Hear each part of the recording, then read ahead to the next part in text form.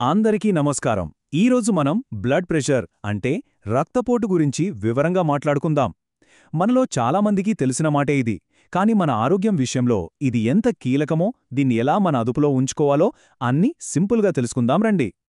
సరే, ముందుగా అసలు విషయంలోకొద్దాం. ఈ బ్లడ్ ప్రెషర్, రక్తపోటు అని రోజూ వింటూ ఉంటాం కదా, అసలు ఏంటిది? దీని వెనుక ఉన్న సైన్స్ చాలా సింపుల్.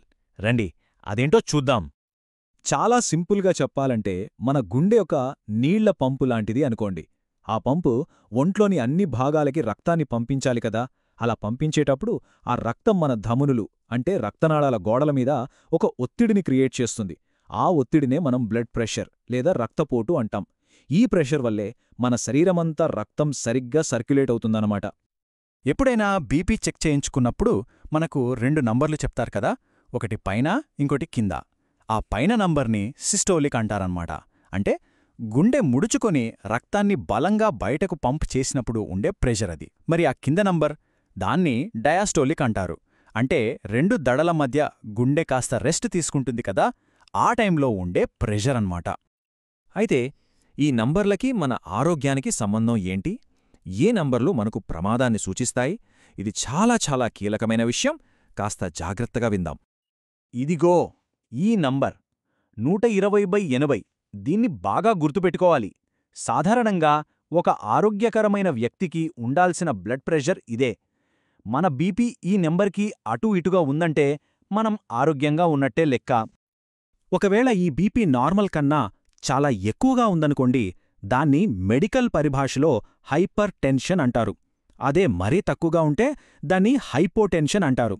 నిజానికి రెండూ సమస్యలే, కానీ ఎక్కువ మంది ఎదుర్కొనేది హైపర్ టెన్షన్ కాబట్టి ఈరోజు మనం దానిమీద ఎక్కువ ఫోకస్ చేద్దాం. మరి హై బీపీ గురించి ఎందుకంత భయపడాలి, ఎందుకంత జాగ్రత్తగా ఉండాలి? ఎందుకంటే దీన్ని పట్టించుకోకపోతే చాలా ప్రమాదం. ఇది మన గుండెను బలహీనపరుస్తుంది, రక్తనాళాలను పాడు చేస్తుంది. అంతెందుకు, పక్షవాతం అంటే స్ట్రోక్, గుండెపోటు ఇలాంటి పెద్ద పెద్ద సమస్యలకు దారితీస్తుంది. అందుకే దీన్ని సైలెంట్ కిల్లర్ అంటే నిశ్శబ్ద హంతకి అని పిలుస్తారు.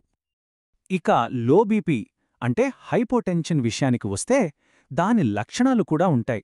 ఉన్నట్టుండి తల తిరగడం, కళ్ళు బైర్లు కమ్మడం, ఒక్కోసారి సొమ్మసిల్లి పడిపోవడం, ఒంట్లో నీరసంగా అనిపించడం ఇవన్నీ లో బీపీకి సంకేతాలు కావచ్చు. సరే, ఇంతకీ ఈ బ్లడ్ ప్రెషర్ అదుపు తప్పడానికి కారణమేంటి? ఎందుకిలా జరుగుతోంది? మన లైఫ్ స్టైల్లో ఏ అలవాట్లు దీనికి కారణమవుతున్నాయో ఒక్కసారి చూద్దాం. హై బీపీకి కారణాలు చాలానే ఉంటాయి. అందులో ముఖ్యమైనది మన జీవనశైలి.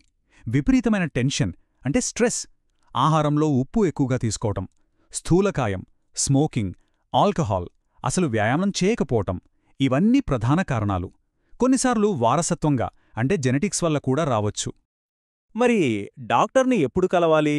ఒకవేళ ఒంట్లో తిమ్మిర్లుగా అనిపించినా, తల తిరుగుతున్నా, తరచుగా తలనొప్పి వస్తున్నా, లేదా ఊపిరి తీసుకోవడంలో ఇబ్బందిగా ఉన్నా ఏమాత్రం ఆలస్యం చేయకుండా వెంటనే డాక్టర్ని కలవడం చాలా ముఖ్యం.